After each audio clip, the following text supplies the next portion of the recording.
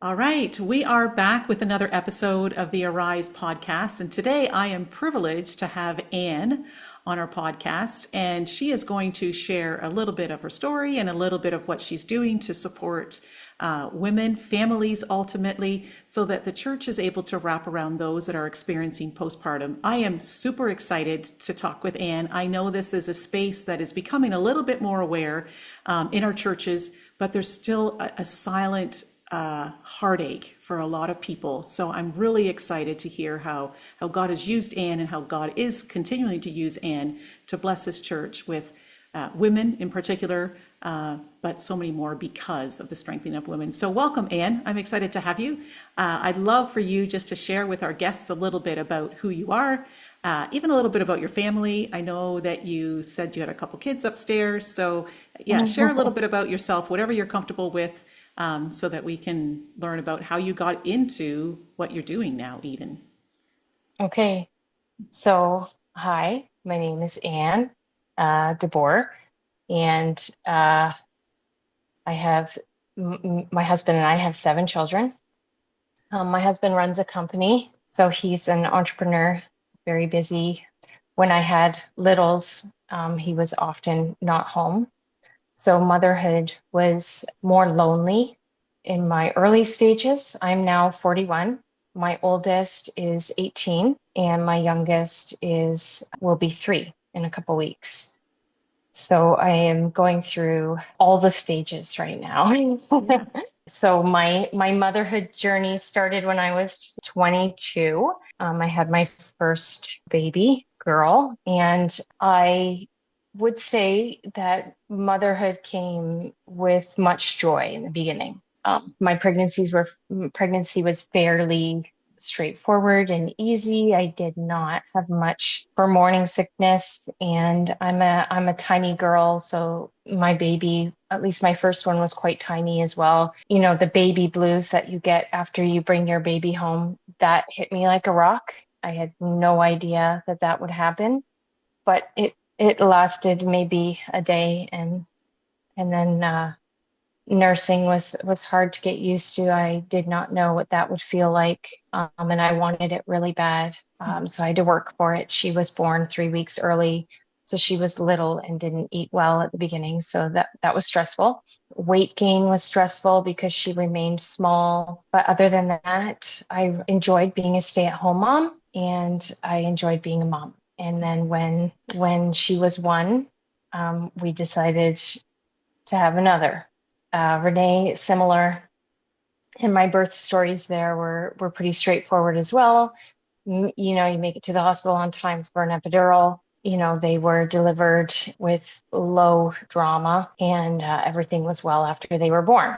I should say too that, I come from a really large family. I'm number 5 of 11 children. Oh, wow. Okay. So having lots of kids just seemed like the natural thing to do. I think when I was in high school, I imagined around 8 kids. So after my first one was born, I thought, oh, I don't know if I can do this another 7 times, Yeah. but whatever, we'll Yeah. see.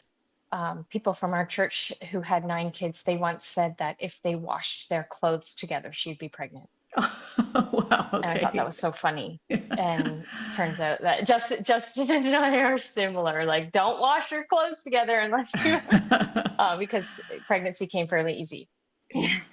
Yeah. which I is a just blessing. I I do just want I to do stop you not that. take that for granted. Yeah, that is beautiful. And my grandparents had 10 children, and my grandfather was a traveling salesman. And the joke always was when he put his shoes under the bed, she got pregnant. So there's little stories, whatever. But of course, it's all Yeah. by God's grace and kindness that He allows Yes. and gifts us with children. But I just want to go back. So, you made a couple of Hmm. comments as far as the pregnancy went well, and then there was this one day of baby blues as such. But you came from a large family. You were the fifth. There were still 6 more after you.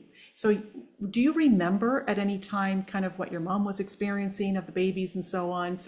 And that's so interesting, right? Because, Yeah. we go in to have a baby and we think it's all going to be beautiful, and it Yep. was really for you. You had a good Yeah. pregnancy. Like I had the opposite. Pregnancies were tough for me, and as soon as the baby was born, it was beautiful. Yeah. But even that context, you were going into it's all going to be wonderful. What was that one Yeah. day of baby blues like for you then, Anne? I was confused. I was so confused. So with my mom, I don't remember a lot. Like I know she nursed all of her children, and I was number five. So you think I would at least remember seeing her nursing our youngest Yeah. brother, but I do not remember ever Yeah. seeing it. And I think, yeah, that generation tended to keep things quite closed up. Private. So I don't remember my mom sharing any of that with any of us. I do have some older sisters, so I watched them go through, Delivery and yeah, yeah. becoming a mom, Mhm. and I did not know that Mhm. there was such thing as this baby blues. And Mhm. when I got home from the hospital, I was very overwhelmed because she wasn't eating. And while I was in the hospital, I was receiving help from the nurses. So when Mhm. we got home and we weren't receiving that help anymore, like, yeah, everything just went. Everything the nurses ever told me, it was gone. I didn't know what to do. The pump wasn't working, and so my husband, who was also very confused, called my sister, my Yeah. older sister, who had had a baby a year before me, and she came over and reassured us that this is normal to cry when you get home from the hospital, and it's normal that the pump would work this way. And Yeah. and then she cleaned my house and left, and that was really helpful. Yeah. Then I kind of felt like I was free to cry after that, like, oh, okay, it's normal to cry. Yeah. Then and little things, like the smallest thing, somebody looking at me the wrong way, and I'd be bawling. Are you a crier naturally, Anne? I don't think so. I think my Okay. husband is actually more of a crier than I Okay. am. So that would have been more hard then, right? Like, why am I crying now? Just Yeah, was, yeah. yeah, Okay, so yeah. carry on. So you had the second one. Yeah, so I had the Pregnancy second went one, and well. then everything went well. So on with the third. Yeah. That was a summer pregnancy where I was very pregnant through the summer. I was due with her in September. So the heat was not fun. And I was what I see now as experiencing prepartum. Like I knew there was something wrong with me. I couldn't get off the couch. I would sit there and feel just useless. And I had felt guilty that I was being lazy, and I'd have all these thoughts going in my head. I'd have this like, okay, just get up, just get up. And I just couldn't. I just sit there, and my husband would come home and, you know, what are we having for dinner? I'm like, I don't know, I can't do it. And the one evening I had a doctor's appointment, just a checkup. And my doctor is wonderful. She's a Christian as well, and she's very sweet and kind. And so I always enjoyed going to see her. And that this one particular evening, she came in and she said, "How are you?" And I just, waterworks, Yeah. started crying. What's the matter? Like, I don't know. I don't know. I don't know what's wrong. And she asked me, "Well, is there anyone in your church that you can talk to?" I know that there was. There are beautiful people, women in the church you can reach out to, but at the time, in that moment, I was like, no, like there's no one I can talk to. I've never known any woman to talk about Hmm. these types of feelings. And I felt like I can't talk to anybody because I don't know anybody who's gone through this or felt this way about pregnancy. It's all pregnancy is, unless you, of course, you're sick and you have complications. But I had no reason to be feeling this way. Yet I was feeling this way. So who do I talk to? Anyways, when my doctor asked me that, I felt embarrassed to say no. I felt like, man, I go to a church Yeah. where like this is what church is for, and then I'm not even finding it at church. And I felt like I was being a bad minister of my church to this doctor. Yeah. And that really stuck with me. I knew that there was stigma around the church that I was going to, and I felt like I was just feeding that stigma. Mm. Anyways, I let it go. I just was like, thought to myself, whatever, it'll go away once the baby's born. It's just because I'm pregnant and it's hot out. Once the baby's born, I'll be fine. And at the same time, I also had this deep desire to have a baby naturally with no medication, which I kind of chuckle about now because I don't really know why I cared about that. I just did. I wanted the full experience of having a baby. And I felt like with an epidural, I was cheating or I was missing out on some sort of bonding experience. I don't know. Yeah. So, and I expressed that also to my doctor that I really wanted to try naturally. I didn't want the nurses to press the epidural on me. So she was very supportive of that. I remembered somebody saying that when you start to feel like it's unbearable, that's when you ask to have your water broken. I freaked out. Like my husband said, I was climbing the walls. I was like clawing. I was in so much pain. And I knew that there was nothing else I could do but push. Like Yeah. I I got to get out of this, and the only way I can get out of this is through pushing. So that's what I did, and it was awful. It was a terrible experience. She was born, and the doctor handed her to me, and then put her hand on my leg and said, "Anne, don't worry, you never have to do this again." Oh, Yeah, yeah. I was devastated. I thought I couldn't do it again, but in my head I had this like only three kids. Um, so um, the nurses took my baby away just to like, to weigh her and do the things that they do. And when they gave her back, I did not want to hold her. This part always makes me cry. Like when you ask me if I was a crier, I hesitate to say no because I knew I would cry. Um, but yeah, You're I sharing couldn't it look at, so well, though, and yeah, thank you. Yeah, I couldn't look at her. Um, that's tough. I look back on it now. I didn't have thoughts at the time. At the time, it was just push it away. But when I look back now, which I'm very thankful for doing, just processing everything that I had gone through, I blamed her for the pain, and I was scared of what this meant for me in the future. Wow, girl. I Yeah, yeah, that's a lot.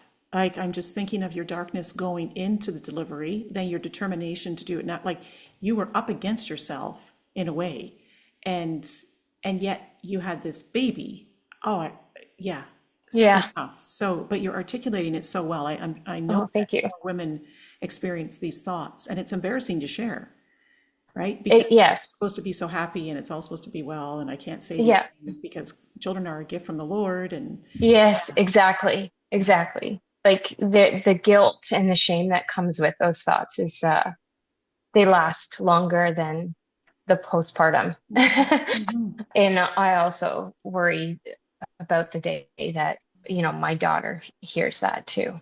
Yeah, so just feeling I was able to push the emotions aside by the time visitors showed up.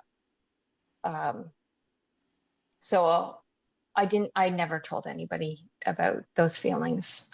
I just shoved them and moved on. And the normal baby things went well. Nursing was fine. She was a good eater. She was gaining weight, which was great because I had so much pressure with my other babies. She did to throw me over the edge with overwhelm also, the appointments you have to go to. But you have other children that you have to take care of and then take this baby after going through labor and delivery. Now you get to cart a baby around to different hospitals or different x-ray places. And so just now that I'm not in that baby stage anymore, that is one thing that I have a heart for women who have, they have four under four, and they're carting this baby around to appointments and finding babysitters, and it's not easy. Mhm. Anyways, she was not my easiest baby.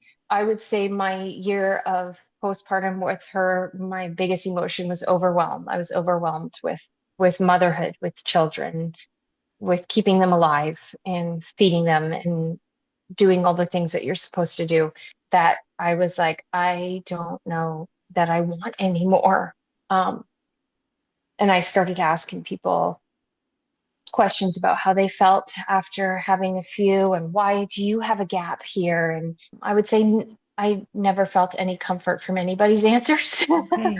Okay. Um, and that's nobody's fault. Yeah. I mean, I wasn't actually opening up to anybody about what I was feeling, so they couldn't have known why I was asking the questions. But my husband and I did shortly, like a little bit bigger of a gap Mhm. between had got pregnant again, Yeah. and this time I was terrified Oh, of not making it to the hospital on time. It's like I did it naturally once, check, yeah. not doing it again. Yeah. Um, And how was your uh, pregnancy? Did you deal with the darkness again with the pregnancy as well, or was it just no, okay? no, I don't Okay. know what it was with that Yeah. third. And, Yeah. you know, postpartum depression was a thing that people talked about for sure. Nobody talks about prepartum, Yeah. at least Yeah. at that time. And they also don't talk about it being your third child. Okay. It's Okay. usually Yep. they always talk about first time moms. Yeah. And that's just not always the case. Yeah. Um, Because the first two weren't as bad as the third. no, Yeah. Oh, girl, I, that's tough. yeah. Yeah. Yeah, so then I had a lot of false labor, which I look back on now and think probably because of how afraid I was. Mm-hmm. We had gone back and forth from the Mm-hmm. hospital more than twice, but I did make it there on time for the epidural eventually, and Mm. he was born, and all was well. Yeah. Beautiful. All was well. Yeah. And this was my first boy after three girls. So that was also very exciting. We named him after a beloved family member that had passed away Oh, from cancer at a young age, who through his journey in cancer taught us a lot. okay. And so this child, his name was a reminder to us of the things that we had learned about God. Okay. Did you Um, feel healing, Anne, from your third to your fourth? no, Okay. You no, hadn't I dealt think, with the third yeah, circumstance yet. Yeah. yeah, I think I didn't know much about healing. Mm-hmm. So I thought if you're not feeling it anymore, then it's over. It's Mm-hmm. gone. Not realizing the impact that Mm-hmm. things have on you long term in your life. So after my fourth child, we were like, yeah, you know what? We have a lot going on. We have this business that's expanding, four littles at home. We're done. I had looked into different methods of birth control. I was not thrilled about any of them. So I passed on all of them. I didn't want anything that was going to mess with my body, that mess with my hormones. Yeah. So we passed. Was 7 months old. I found out that we were expecting again. And I was so angry.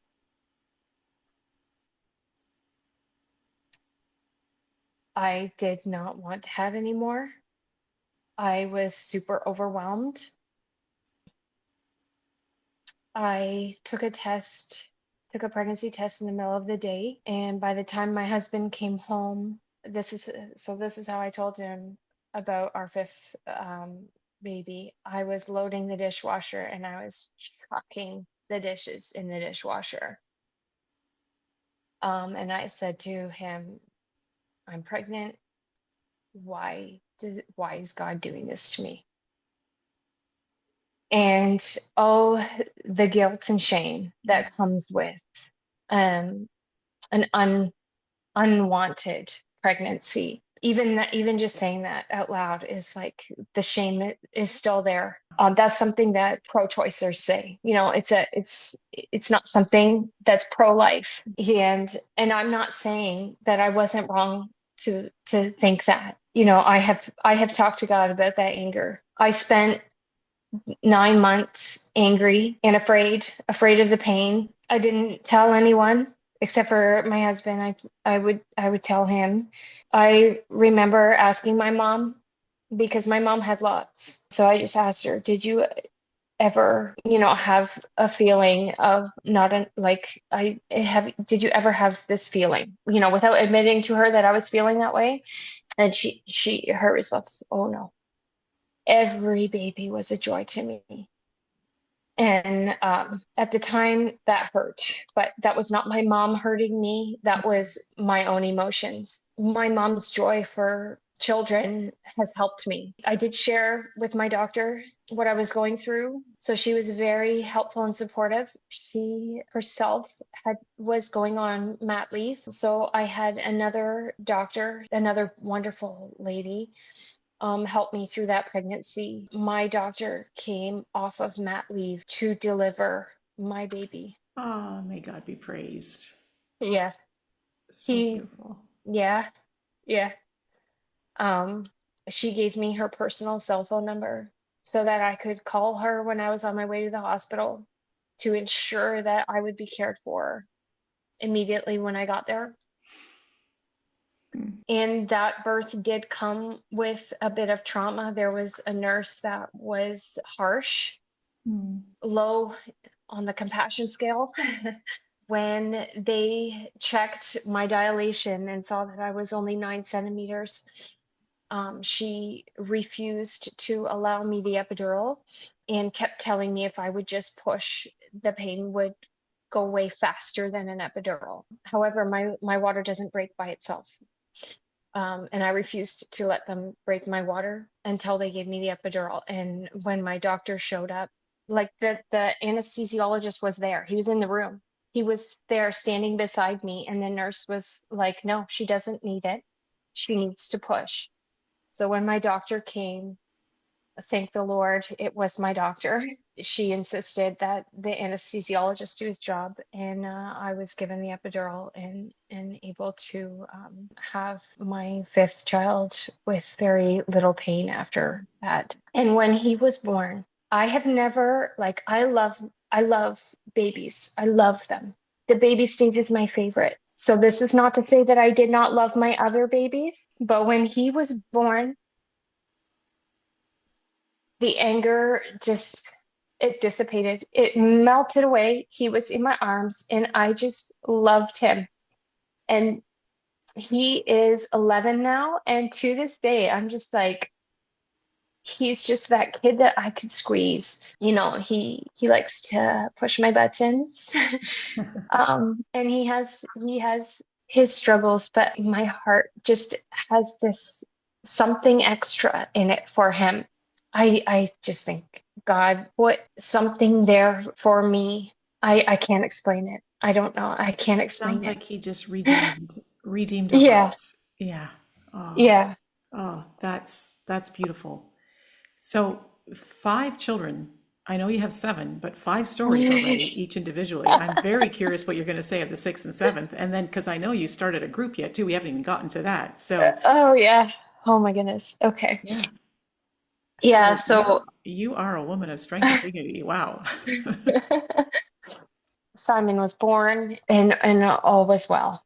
We were very careful to not to lay boundaries around visitors. I think certain family members, they've never said it, but I think there was some not understanding there. We probably didn't lay the boundaries well. I mean, we were not emotionally healthy people.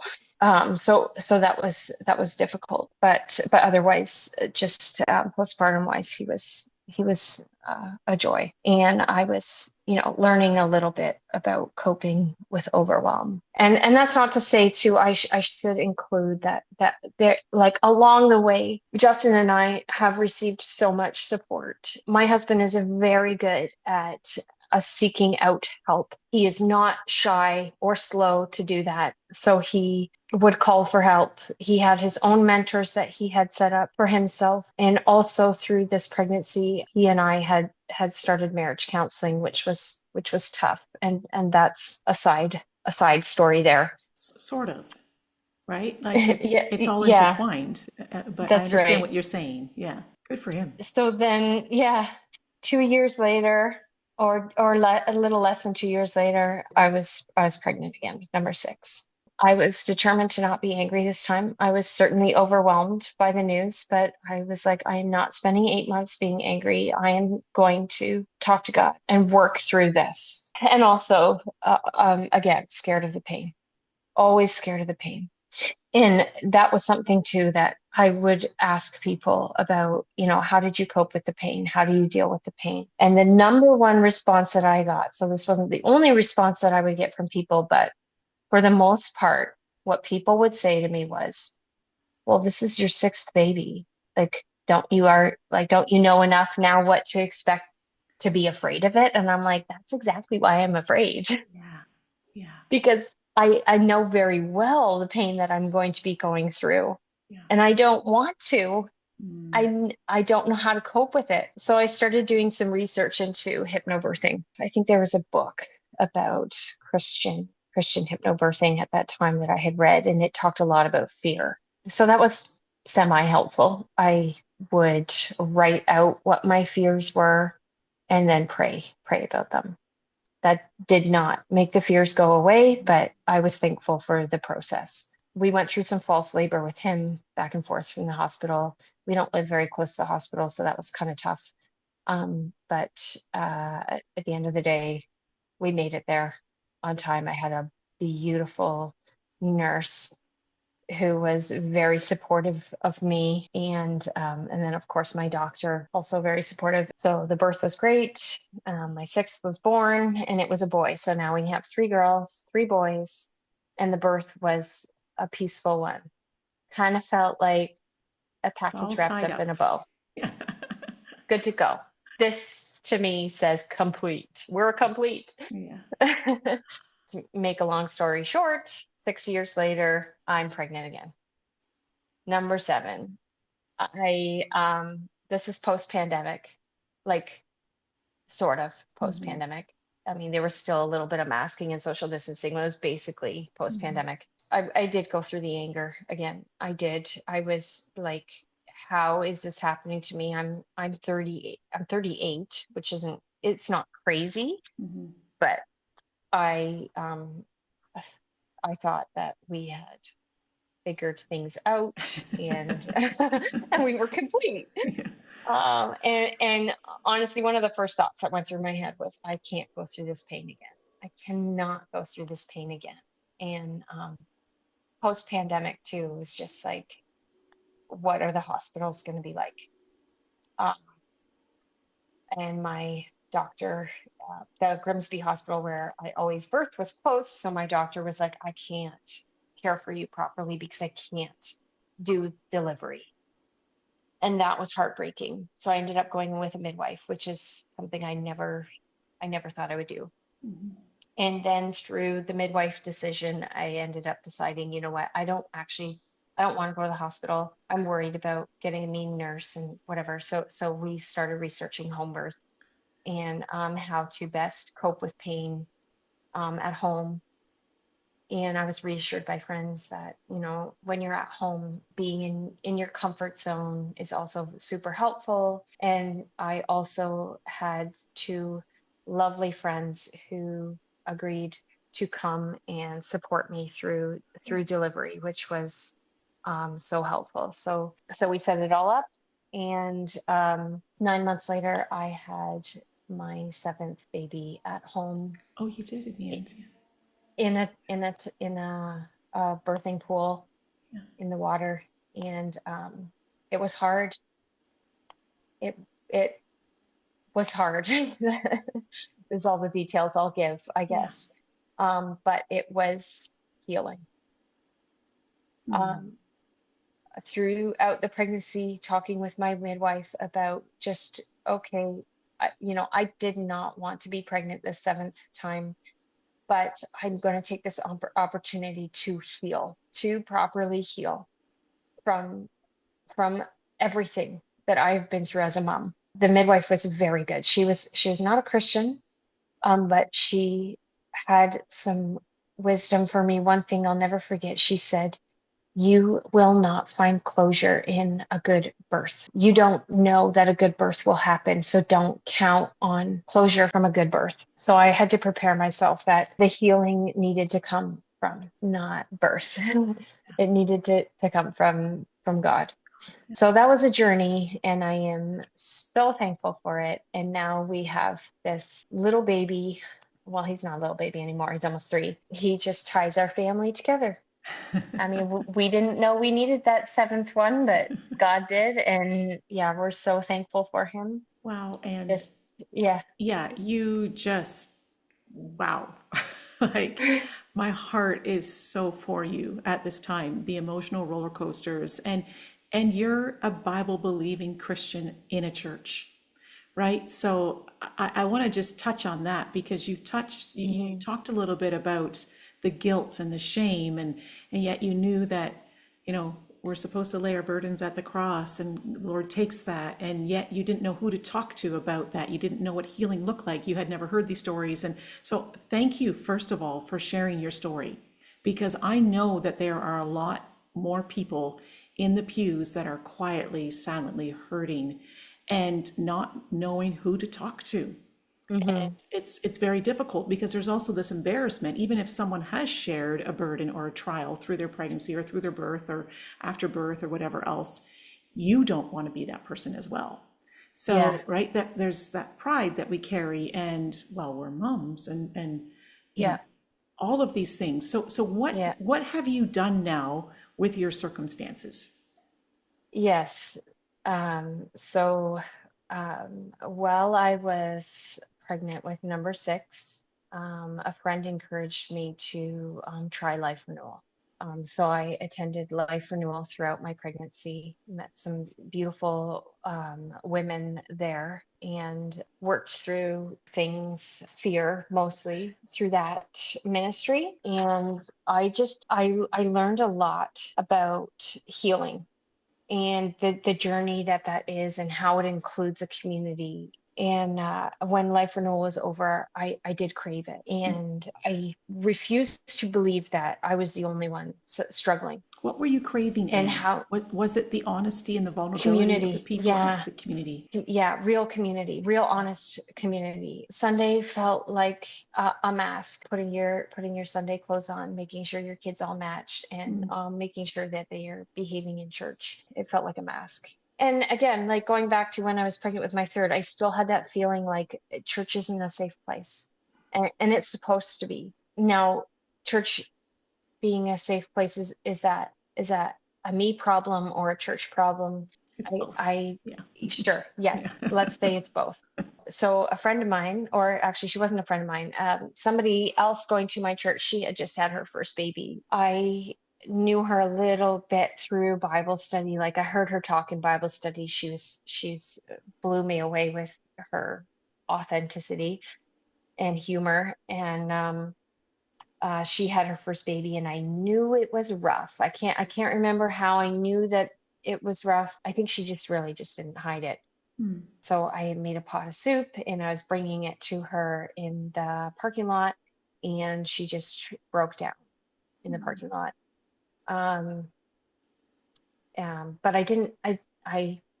We were just acquaintances. I didn't really know what to do with that at that time, so I just kind of gave her the soup and moved on. And continuing with Bible study, she continued to be honest and authentic. I think at one point she even said, "I'm only having one. This is my only child. I'm not having any more," which you don't typically hear in the church that I was attending. Like 2 years later, she was pregnant again, and her and I were in the babysit together. It was a slow Sunday evening in the babysit, so there weren't too many kids. Probably just our own kids were in there actually. So I started asking her questions because yeah, she's about to deliver again, and I knew she had experienced trauma with her first one, and she was not a difficult person to talk to. So she told me her story, and we started to bond over just the frustration of how are we the only one? There had been, I think there were 18 babies were born in Oh, our church that year, so a okay. lot of babies. Yeah. And statistics say, at that time, statistics said 1 in 5 moms are struggling with postpartum. So where's the others? Why aren't we talking about this? And then we kind of left it at that. She was just expecting, and uh, I had just had my sixth, and just finished life renewal. So kind of left it at that. And I can't say I know the moment God placed this on my heart, it wasn't, a clear voice or anything. I just decided to start a group. I didn't know what, I didn't know how, I didn't know what it was going to look like. But, Justin and I, at this point, we were attending a business leadership Hmm. group. I had done life renewal. We had gone through marriage counseling and personal separate counseling. And so all of these things that I had was going through in these communities, um, I was looking for it in my church. And I decided, I guess, that if I can't find it, I should create it. But it was definitely a pull on my heart. I see God was laying out the breadcrumbs, and I was following. So I wanted to start this ministry. My heart was for moms. So it was going to be around motherhood and struggling moms. I did not want to do ministry by myself. I didn't think that would be a good idea to just start something on my own. So I prayed. I said, Lord, show me a partner, somebody who can come with me on this journey. And this was during church. I did this during church. And when we were standing up to leave, my husband leaned over and said, "Hey, can I invite Josh and Kayla Beanstra over for lunch?" I'm like, "Yes, yes, you can." So they came over for lunch, and I asked if she would partner with me in this ministry. And I said, "Please don't respond now. I want you to go home, talk to your husband, pray about it, because I'm asking you for a commitment." Mhm. And she was like, "Yes." I mean, I'll go home and pray about it and talk to my husband about it, but yes. Okay. Okay. So she was like on board immediately, still pregnant with her second. Yeah.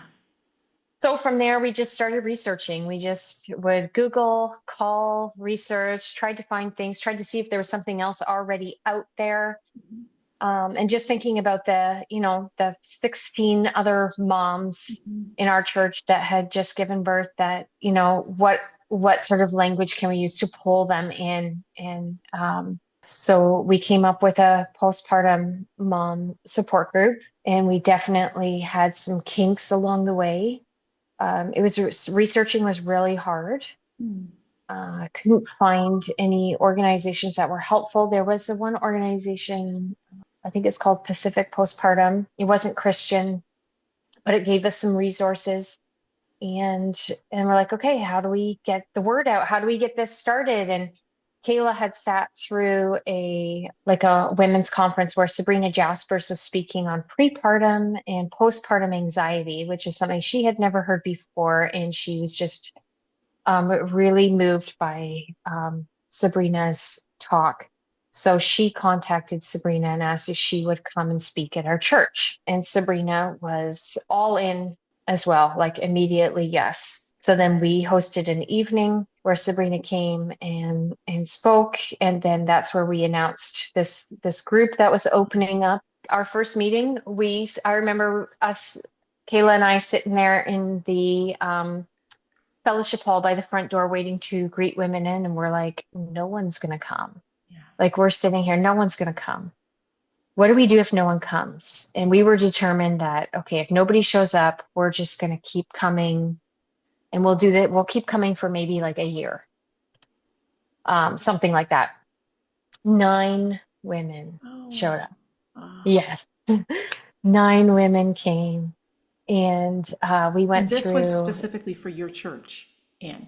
No, Oh, okay. no. So yeah, so we did speak to an elder, an office bearer at the time, and said, we want to start this group. We don't want it to be monitored. We need it to be confidential, safe space, not like Bible study where, the elder comes in and sits in on a meeting and stuff. Not that we're hiding bad theology. Mhm. It's just to create a safe space for these women, and also diversity. One thing that I had noticed in the other groups that I had attended was the diversity of churches was actually great.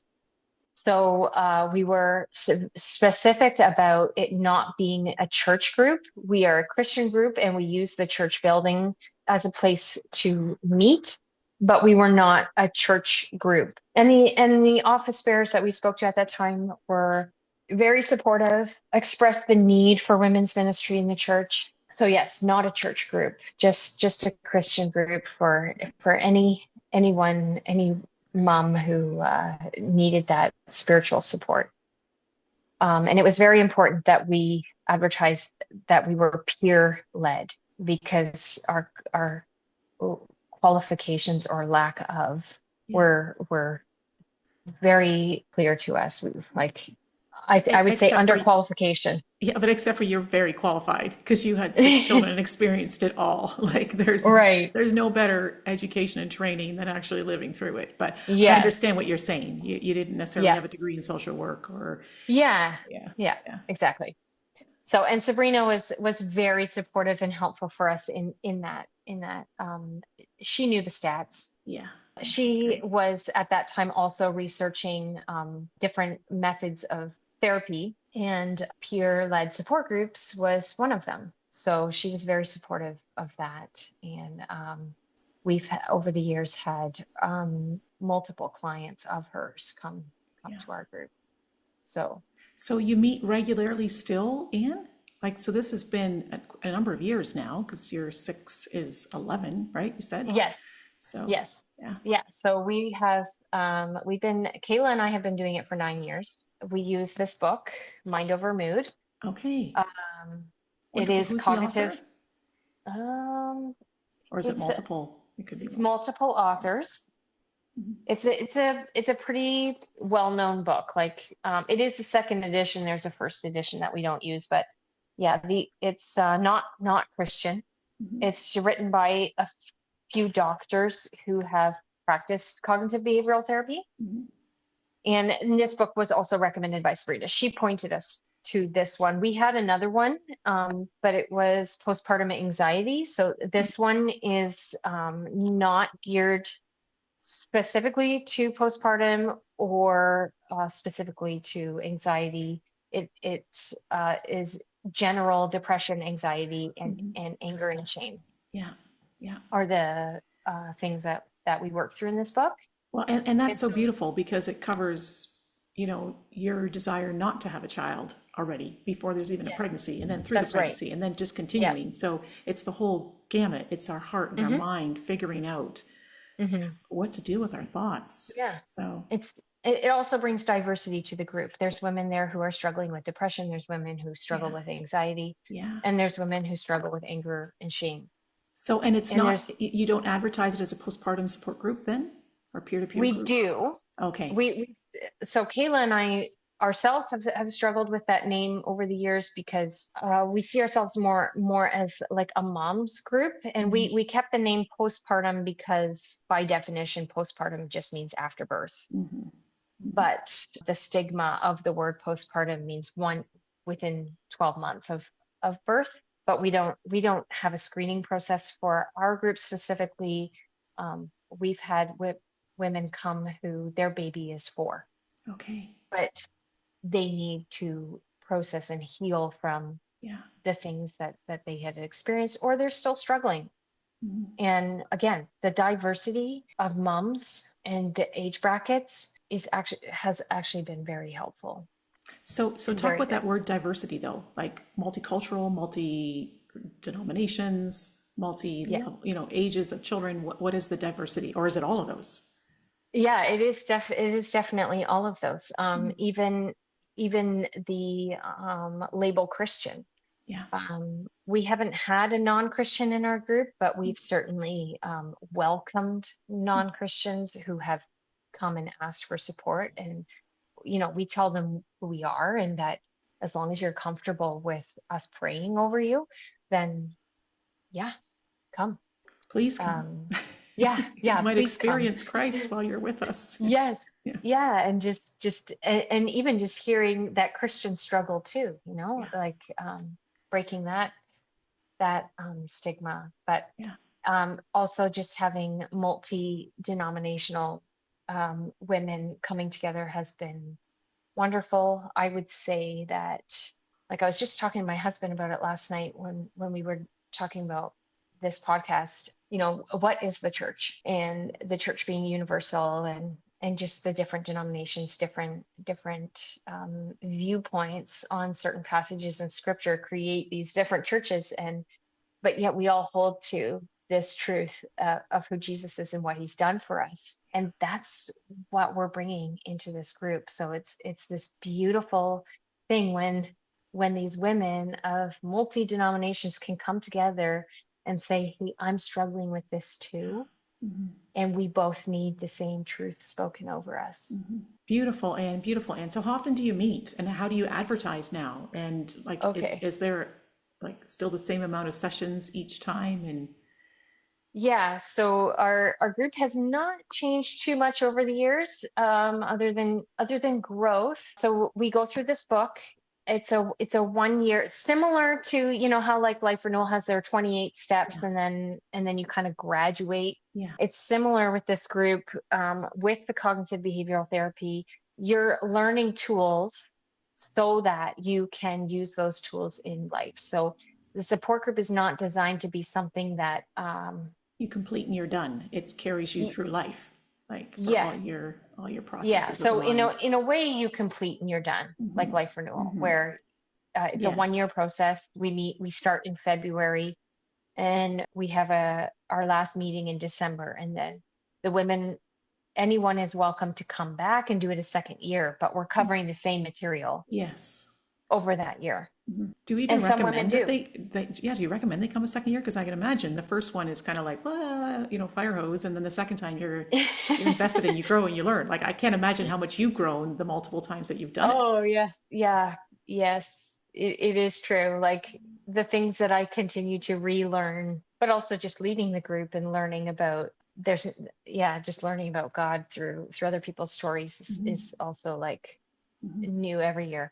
But recommending if people come back, it's depending on the person. Everyone's different, and everyone is going through different things. And that's one of the things I have learned through the years that I have done this is people are complex. Nothing is simple. Nothing is one and done. Wouldn't that be nice, People's Anne? Like, couldn't we Yeah, just I like, okay, know. got that one figured out, God, thanks. Let's carry on now. Yeah, don't need to learn that lesson again.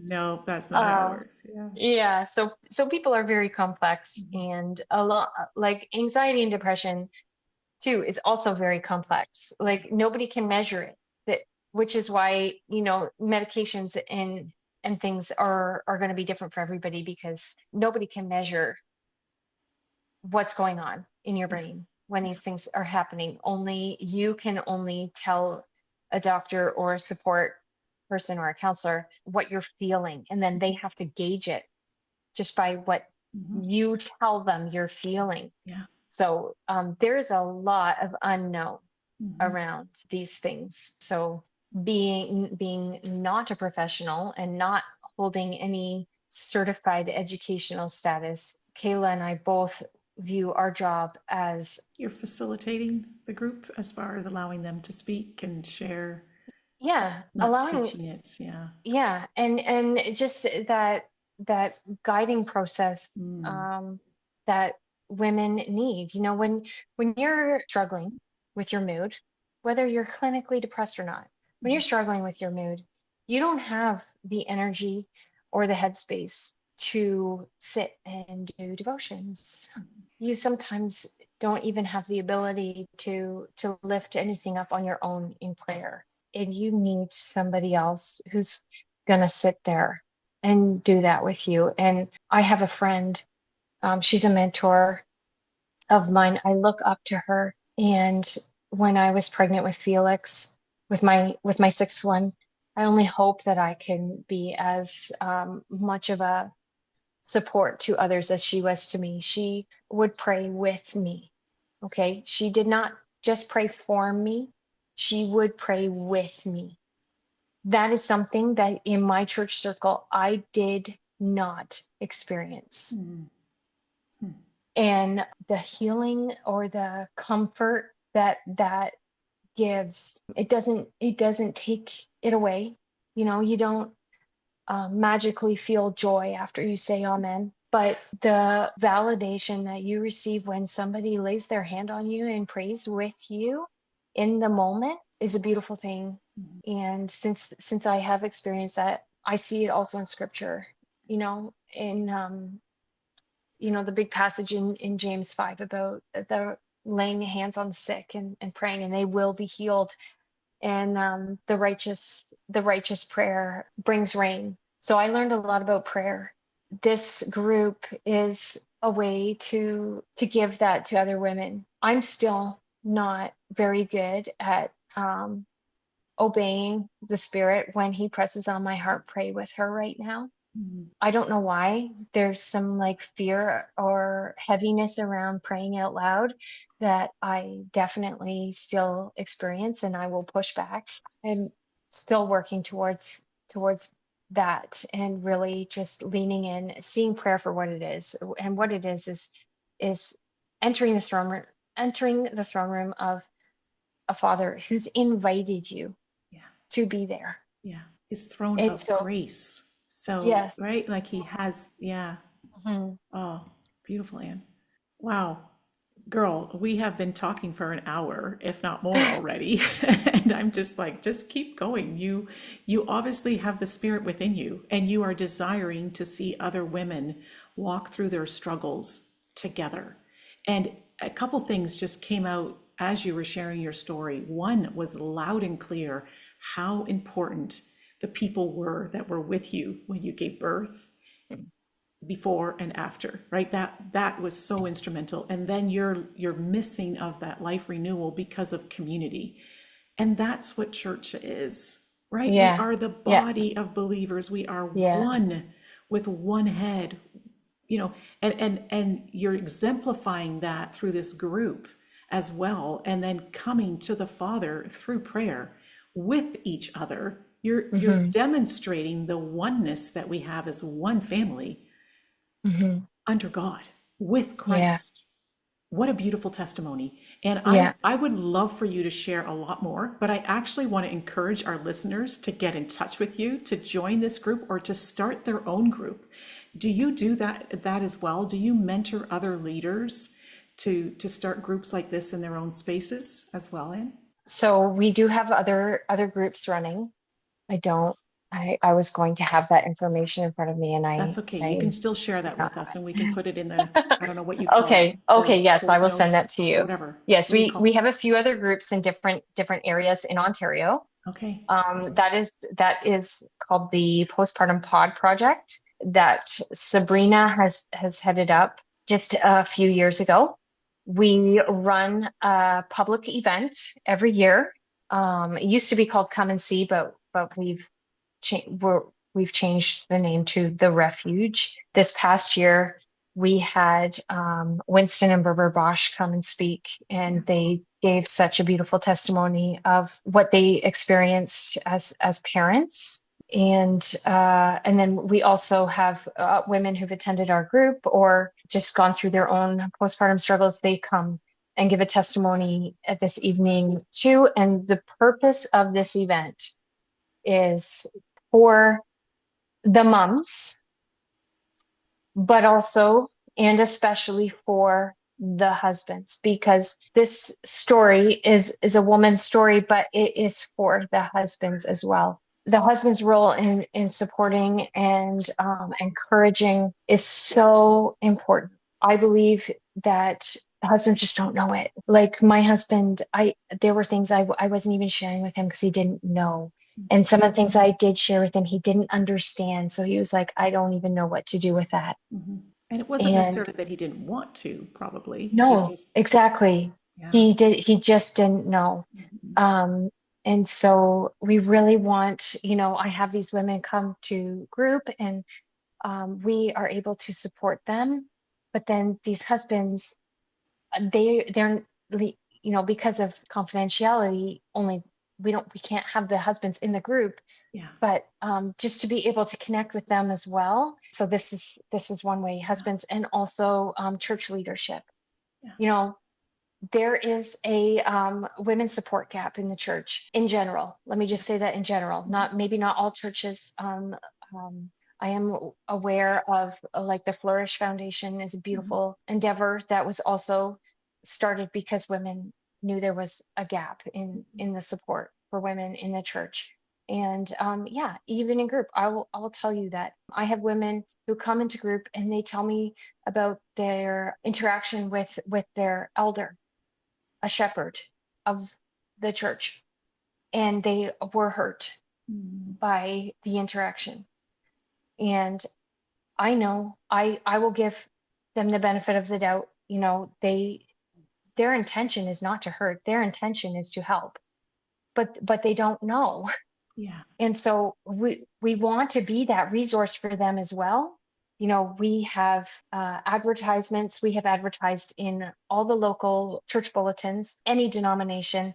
If you have an email address, we have sent it to you. We have sent letters directly to the councils asking for just for the awareness and to come out to our events. And um, so far we have received, I mean, for Kayla and I anyways, the other groups, I have not checked in with them recently, but to date, Kayla and I have never received a response from a church. Oh, wow.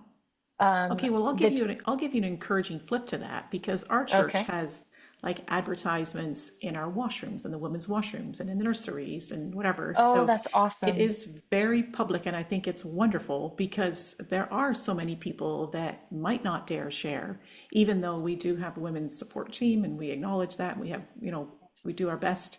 There's Yeah. still this spot. So if they can see it somewhere, right, and a number to Yes. call or a QR code to Yeah. scan or whatever else, and let them be aware that there is support, Yeah. is Hmm. just so great. Yeah. But Yeah. I hope that changes for you, and I'm hoping this podcast will help as well because it is tough, and I really Yeah. very much appreciate, Anne, that you brought up the husbands because there's also understanding that husbands experience their own prepartum and postpartum, right? Because the relationship with the wife changes when the mother pays more attention to the child as well, Oh, and yeah. there's this Yeah. loss for the husband. So I think it's Yeah. beautiful that the husbands are invited, that that conversation is there, that they might also understand what they're experiencing. Yeah.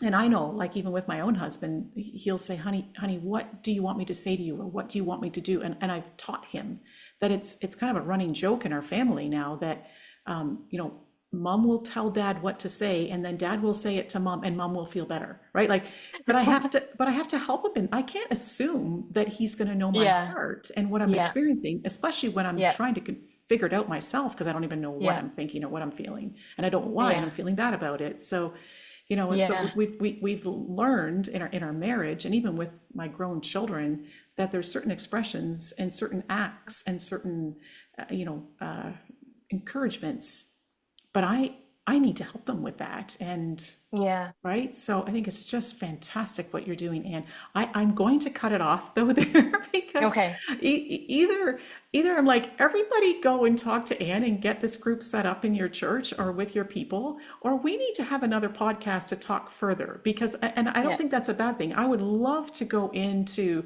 talking about what you actually share at these, support groups, but also at these Hmm. events. Hmm. Yeah. Because I wonder if there's actually people that would love to go, but are still dealing with embarrassment or insecurity, or what's their husband going to think, or what is, like, they're not sharing even themselves with the people nearest to them. So then why would they necessarily go for support? So I'd love to, Right. if we can do another one, get you on to share some of those things, that there would be a confidence and an education that you could even share the podcast with a Okay. sister, friend, or whatever. But Yeah. may the Lord bless you, sister.